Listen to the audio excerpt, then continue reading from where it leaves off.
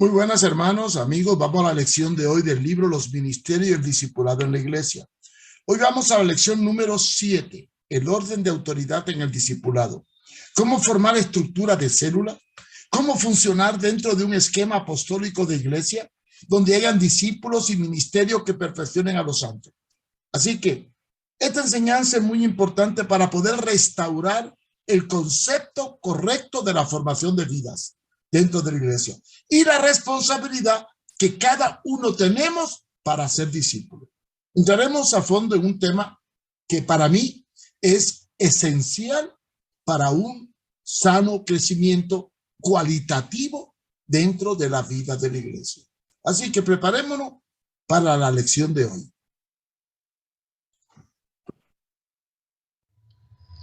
Hoy vamos a la lección número 7 del libro Los Ministerios y el Discipulado en la Iglesia Normal.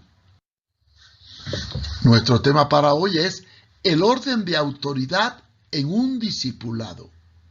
Debemos aprender a moldear nuestro pensamiento de acuerdo a la palabra de Dios. Entremos a la lección. Hemos demostrado en lecciones anteriores que la iglesia debe tener un gobierno teocrático, o sea, basado en una paternidad espiritual o discipulado. Hemos alineado en otras enseñanzas algunos aspectos de este concepto, pero quiero dedicarme en este capítulo a presentar el orden y la función del gobierno apostólico dentro de la iglesia local.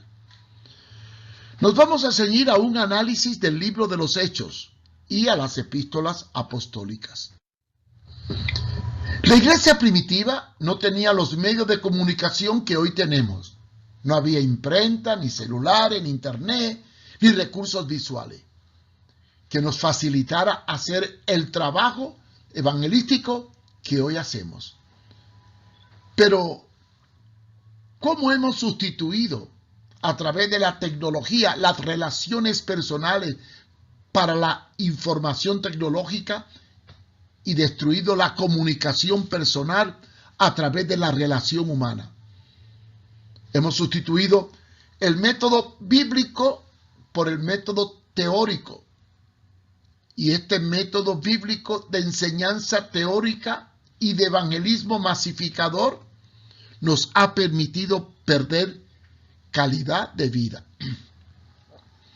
Esperamos que los impresos, los cursillos y los seminarios puedan hacer una obra buena, pero deberíamos de hacer nosotros, por medio de un discipulado directo y personal, algo mucho más importante. No es formar el conocimiento, sino formar el carácter. Es necesario asumir que la parte más importante en la formación cristiana radica en la comunicación y en la relación personal de acuerdo a nuestras necesidades. Es absurdo imaginarse a los apóstoles entregando folletos o Biblia a los inconversos o convertidos para que de esta manera ellos crezcan y estudien por su cuenta la palabra de Dios. Ese elemento de tú a tú, en unidad y amor en el discipulado, era la norma común para formar las vidas de los nuevos convertidos en el libro de los Hechos. Las casas era el modelo perfecto para organizar el discipulado en la iglesia naciente. Nosotros hemos perdido el concepto de relación personal porque queremos hacer las cosas rápidamente y masivamente. Pensamos más en lo cuantitativo que lo cualitativo. Tristemente, esto debilita los valores fundamentales de la vida cristiana, como es la comunión y el compartir unos con otros de acuerdo a nuestras necesidades.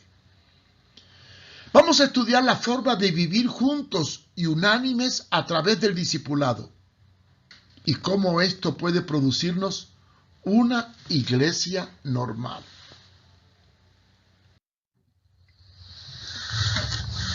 La base del discipulado es la formación en la iglesia para crear cristianos sólidos.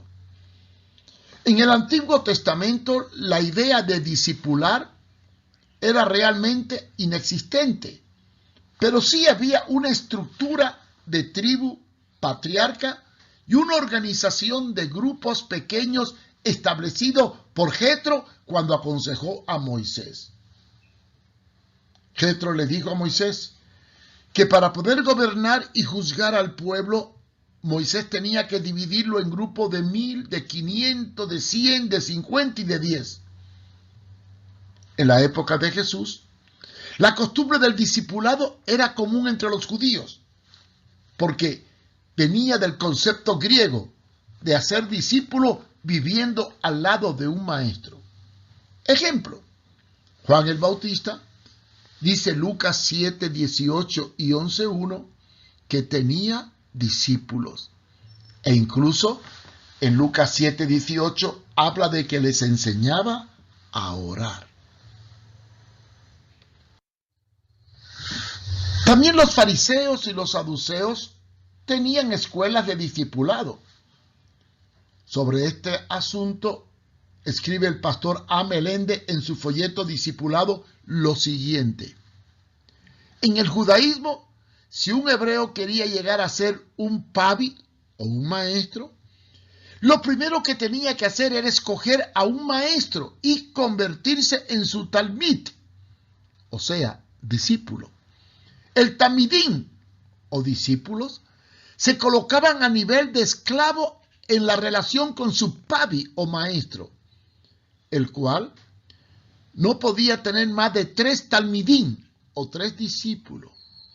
La función del talmidín era aprender el contenido de la ley y su interpretación oyendo y discutiendo con su pabi o su maestro. Todas las enseñanzas eran oral, transmitidas por el pabi o maestro a su talmidín o discípulo. La historia hebrea conoce famosos pabis, como por ejemplo Hillel, Shammai y Gamaliel. Este último fue el maestro del apóstol Pablo.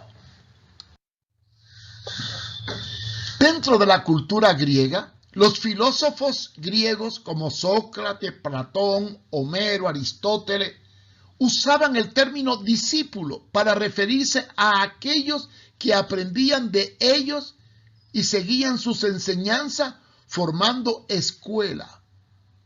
El término discípulo se escribe en griego macetes, que indica que la persona se hacía parte de un maestro o una sociedad para servirle a cambio de conocer la enseñanza de su maestro de forma reverencial. Así que matetes quiere decir seguidores y se traduce como discípulo o alumno que vive con un maestro. Es más, los maestros griegos no escribían sus enseñanzas, sino que, por regla general, eran los discípulos los que lo hacían. Se cree que la mayoría de los escritos de Homero y las fábulas de Esopo fueron escritas por los discípulos de ellos. El hecho de que un maestro tuviese discípulo no era una costumbre judía o griega. También los pueblos orientales, como los hindú, tenían sus maestros y seguidores, a los cuales llamaban discípulos, como por ejemplo Confucio en la China o Buda en la India.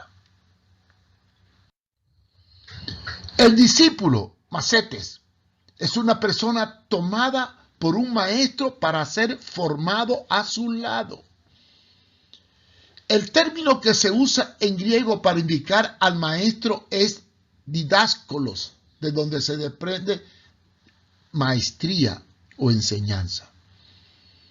Este concepto que se hereda del Antiguo Testamento en el término hebreo con el término de pabi o maestro era común entre los judíos.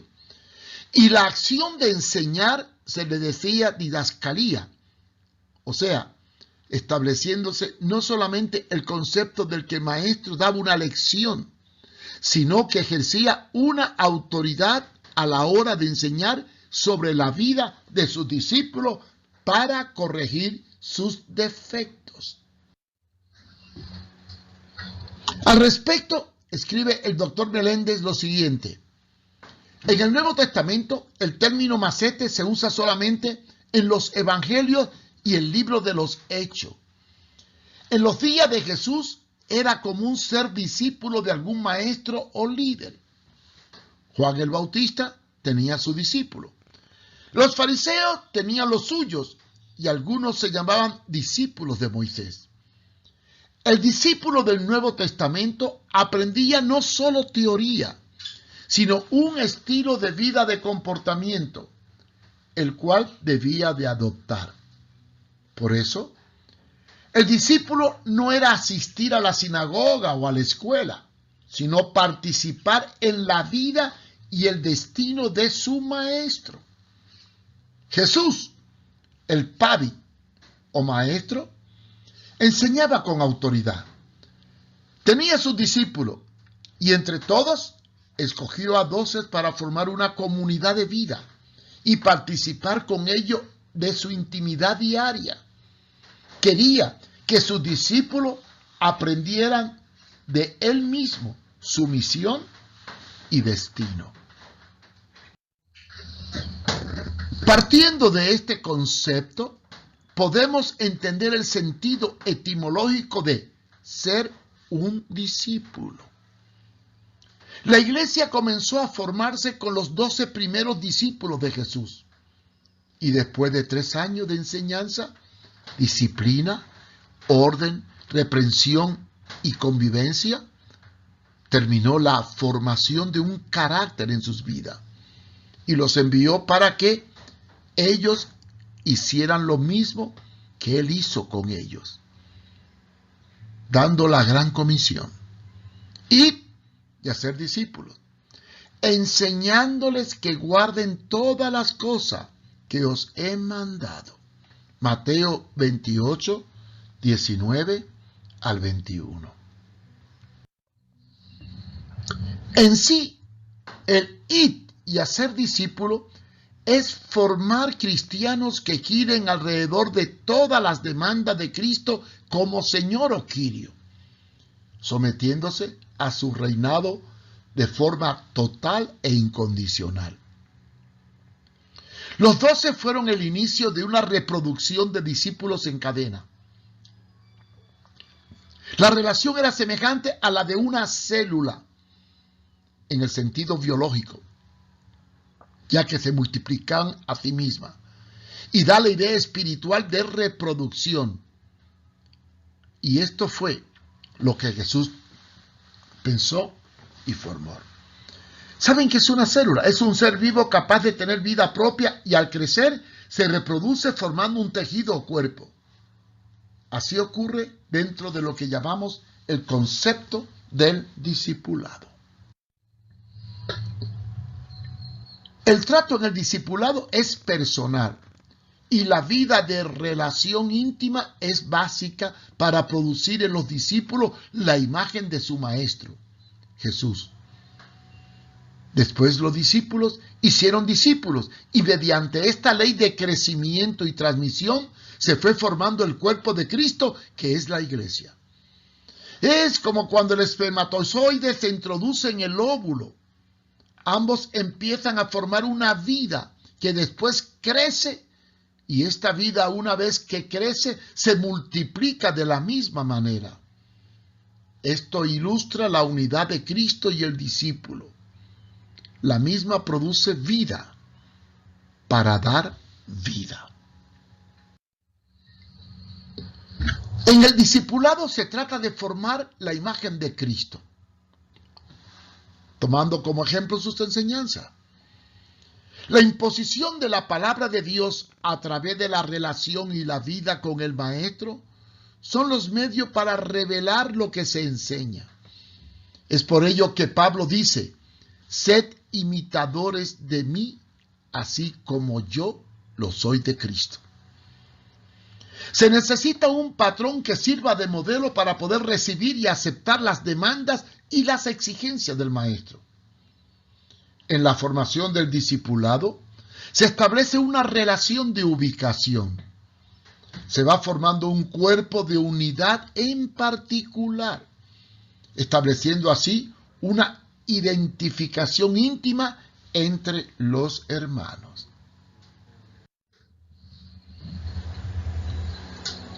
¿Cómo es imposible que los 3,000 convertidos en el día de Pentecostés pudieran comer y estar juntos? ¿Se han preguntado esto? ¿Cómo atender 3,000 personas en un solo día y añadirlos a la iglesia? Como dice el libro de los Hechos, en el capítulo 2, del 46 al 47. Comían juntos. Sencillo. Cada cual llevó un grupo a su casa, en donde les formó, compartió el pan, los bautizó y los doctrinó. Sabemos que en Jerusalén no había un templo cristiano, solo existía el templo judío. Ni había un local tan grande como para dar cabida a 3,000 personas como los que se convirtieron el día de Pentecostés. Pero dice que estaban juntos y comiendo.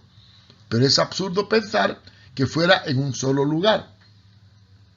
Lógicamente, comían juntos porque cada cual se llevó un grupo a su casa. Además, en esta época no había medios visuales, ni equipo de sonido, ni impresos para una enseñanza masiva. De manera que la única forma de aprendizaje era la forma oral. En este tiempo no había locomoción rápida. Para movilizarse había que caminar o andar en bestia. Era imposible tanta gente moverlo de un sitio a otro, y menos de un sistema donde había una persecución tanto de los judíos como de los romanos hacia los cristianos en esta época.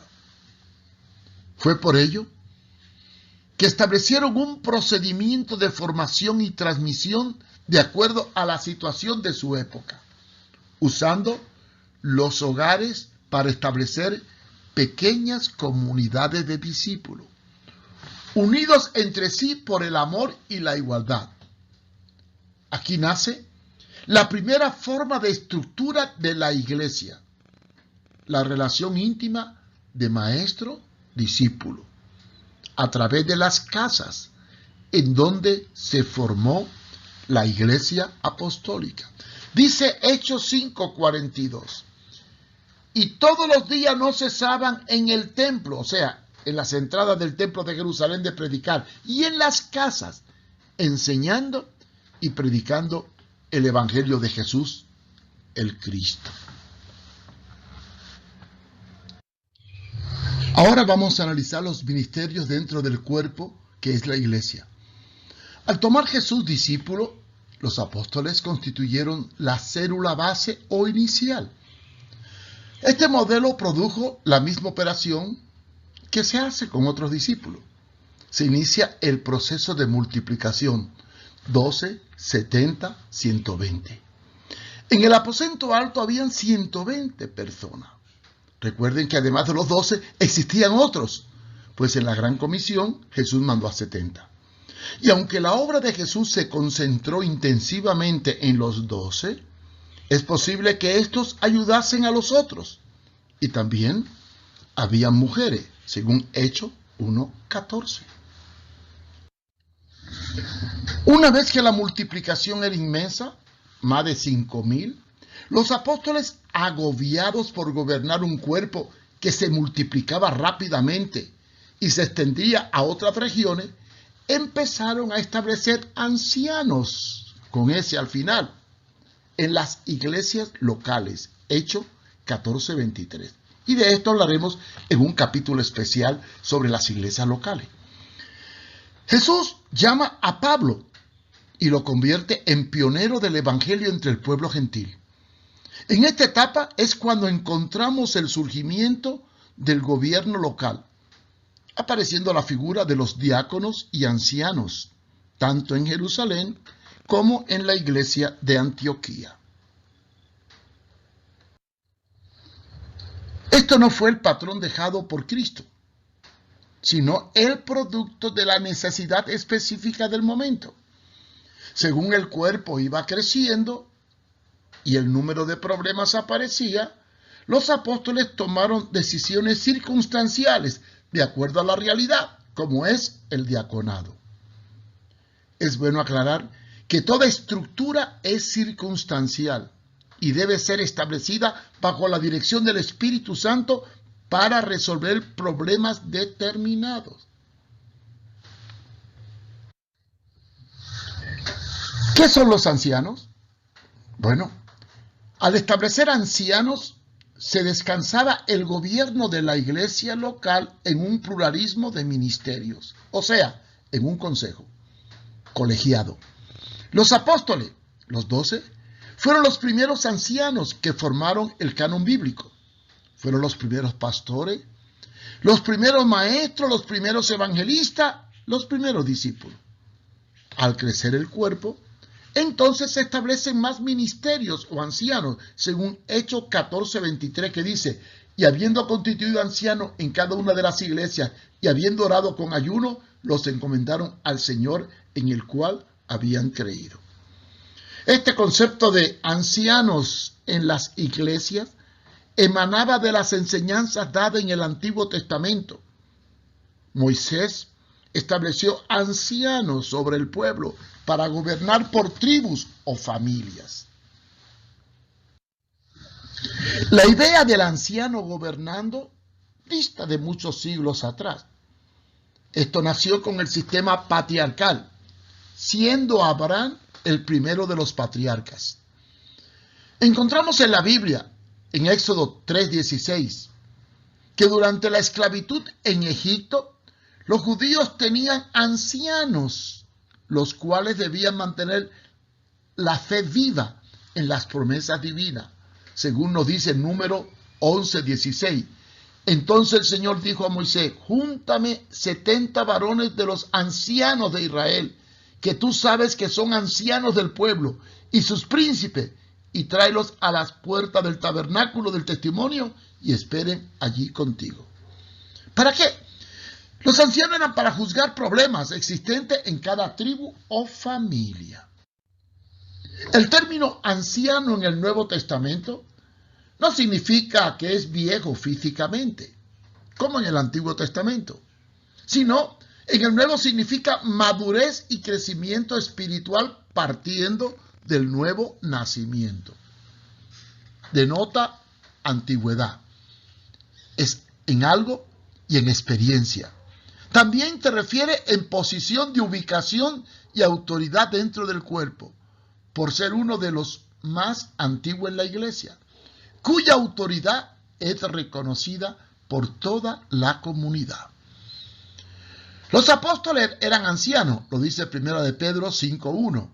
Ruego a los ancianos que están entre vosotros, yo anciano también con ellos y testigo del padecimiento de Cristo, que soy también partícipe de la gloria que será revelada. 1 de Pedro 5:1. Así que el término anciano y ministerio tienen el mismo significado. Es por ello que se considera a los ancianos como los ministerios y la autoridad espiritual dentro de la congregación. Los apóstoles eran la autoridad máxima sobre los ancianos de las iglesias locales. Estos, a su vez, eran también ancianos por ubicación. Debemos matizar la similitud y la diferencia que hay entre anciano, que se refiere a su madurez dentro de la iglesia y no tiene que ver con la edad física, sino espiritual. Ministerio, que se refiere a su función dentro de los diferentes ministerios existentes en la iglesia, que son 5. Y presbíteros, tiene que ver con el crecimiento de la obra dentro de una localidad o región que produce obreros, y aquel que los supervisa se le llama presbítero. Los ancianos de la iglesia local eran la autoridad sobre esa comunidad, inclusive para los diáconos. Hechos 15:4, 15:23 y 20:17. Vamos a leer el 20:17.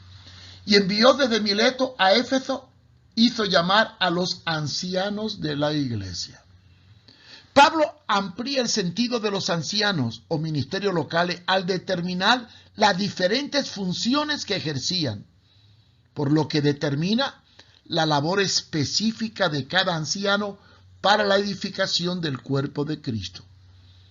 No es bíblico ni correcto suponer que un gobierno local esté en las manos de una sola persona, un solo pastor o un solo ministerio. ¿Por qué? Porque el poder absoluto corrompe absolutamente. Además, Jesús jamás envió a un discípulo solo, sino que eran enviados de dos en dos. Y lo aprendieron muy bien, pues cuando Jesús supuestamente estaba muerto, iban dos discípulos por el camino de Maús. Lucas 24:13. Cuando se habla de los ancianos en una localidad, se usa el plural para indicar la diversidad de ministerios dentro del cuerpo. En Antioquía encontramos que habían profetas con S y maestros, entre los cuales estaban Pablo y Bernabé, y esta era una comunidad específica. El patrón bíblico establecía que en una iglesia local existían varios ancianos o ministerios, unidos en posición, ubicación y función, y gobernaban la iglesia. Es importante entender que en el pluralismo de ministerio hay diversidad de funciones. Pero hablemos ahora de los ministerios especiales y los ministerios generales. La iglesia se compone de una unidad en particular, o sea, células, formando todos un cuerpo. Todos los miembros tienen una forma particular de funcionar a través del llamado discipulado. Y es el mismo que nos lleva hacia la formación, el crecimiento y la multiplicación como cristiano. Es normal que al unirse dos vidas en matrimonio se proliferen los hijos. De igual forma, es normal que hayan descendientes, que a su vez formarán nueva familia y nuevos hogares. Esta es la meta del cristiano: crecer en Cristo y transmitir esa vida a otros. ¿Y cómo lo va a hacer? Haciendo discípulos.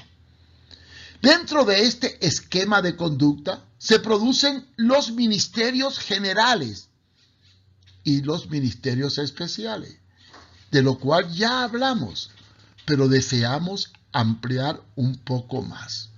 Los ministerios especiales, los llamados, preparan a los ministerios generales para la multiplicación. Vamos a hablar de los ministerios generales. Desde el punto de vista global, todos los cristianos tenemos que reproducirnos. Cada uno tiene que ejecutar el ministerio general, que es la transmisión que recibimos de la Gran Comisión. Estos ministerios generales, que son todos los miembros de la iglesia, estamos envueltos y somos dirigidos por los ministerios especiales o los ancianos, escogidos por Dios para entrenarnos y perfeccionarnos a fin de multiplicarnos. Es responsabilidad de todo evangelizar y reproducirse. Esto es parte básica de la vida cristiana. ¿Por qué? Porque Mateo 10:8 dice: dad por gracia lo que de gracia recibisteis. Hablemos de los ministerios especiales. Son los que gobiernan la iglesia para edificarla y perfeccionarla. En Efesios capítulo 4, versículos 11 y 12, Pablo establece que Cristo constituyó a unos apóstoles, a otros profetas, a otros evangelistas y a otros maestros y pastores. ¿Para qué? Para llevar a cabo una función especial. ¿En qué consiste? en perfeccionar a los santos para la obra del ministerio. Estos santos no son los muertos, somos nosotros los vivos. Son todos los creyentes que forman la comunidad. El quehacer de los ministerios especiales o ancianos o pastores es entrenar a todos los discípulos para que ellos ejecuten la gran comisión. Recuerde que en un rebaño quien se multiplica son las ovejas y el pastor cuida a las grandes para que éstas amamanten a las pequeñas. En 1 Corintios 12:28 se expone la función de todos los hermanos dentro de la congregación y mezcla los ministerios generales con los que administran lo material, que son los diáconos, y los que ejercen el ministerio especial, que son los ancianos. Aquí podemos ver que se establece un orden ascendente o de ubicación por autoridad. Se dice que en la iglesia Dios puso primeramente apóstoles, luego profetas, los terceros maestros. Y después sigue con los que tienen dones dentro del cuerpo. El colocar número indica una posición de función. Cada ministerio, sea especial o general, tiene una posición específica dentro del cuerpo, de acuerdo a la función dada en el gobierno local y a su talento o capacidad. Por favor, no confundamos el orden de función como un orden jerárquico o de exaltación humana. No, la función no tiene que ver con jerarquización. Dice 1 Corintios 12:28-30. Y a uno puso en la iglesia primeramente apóstoles, luego profetas, los terceros maestros, luego los que hacen milagros, y después empieza a describir las diferentes funciones. Y en el 29 dice, ¿no son todos apóstoles? ¿Son todos profetas? ¿Todos maestros? No, cada cual tiene su ubicación dentro del cuerpo. En una congregación debe haber varios ministerios determinados por el crecimiento y de acuerdo a la necesidad específica de cada lugar. En la iglesia pueden haber varios pastores y maestros, según la cantidad de miembros. Lo raro en la Biblia es que hubiese una iglesia local gobernada por un solo líder, anciano o ministro. Pues en ninguna cita bíblica se menciona tal situación. Los ministerios especiales aparecen al crecer el cuerpo. Entre los ministerios generales, Dios escoge a aquellos que serán los ministerios especiales de acuerdo a la multiplicación, dando lugar a un gobierno teocrático y no autocrático, que es el gobierno de un solo hombre. Como la formación sigue un orden de crecimiento por célula, por fuerza, tiene que haber una célula base o primera, y es de ahí, de los primeros discípulos, donde Dios comienza la obra de aparecer los ministerios que van a gobernar la iglesia, adquiriendo este grupo la autoridad en la formación de la comunidad. Así que, hermano, no cabe duda que la iglesia es un cuerpo vivo que se sostiene a sí misma y debe contar con todos los ministerios y dones bíblicos establecidos en la palabra. Así que concluimos diciendo que la iglesia es el cuerpo de Cristo, en que todos sus miembros, aunque sean diferentes, forman un organismo unido. Cada uno de nosotros ha recibido el Espíritu y una diversidad de dones para servir a la unidad y al crecimiento de todos y ejercer la función de hacer discípulos, enseñándoles que guarden todas estas cosas. Gracias por acompañarnos y esperamos que esta lección sea de bendición para su vida. Si quiere aprender más, visite mi página web www.contralapostasía.com o también cualquier pregunta o sugerencia, escriba a mi correo marioeduardofumero@gmail.com. Dios les bendiga.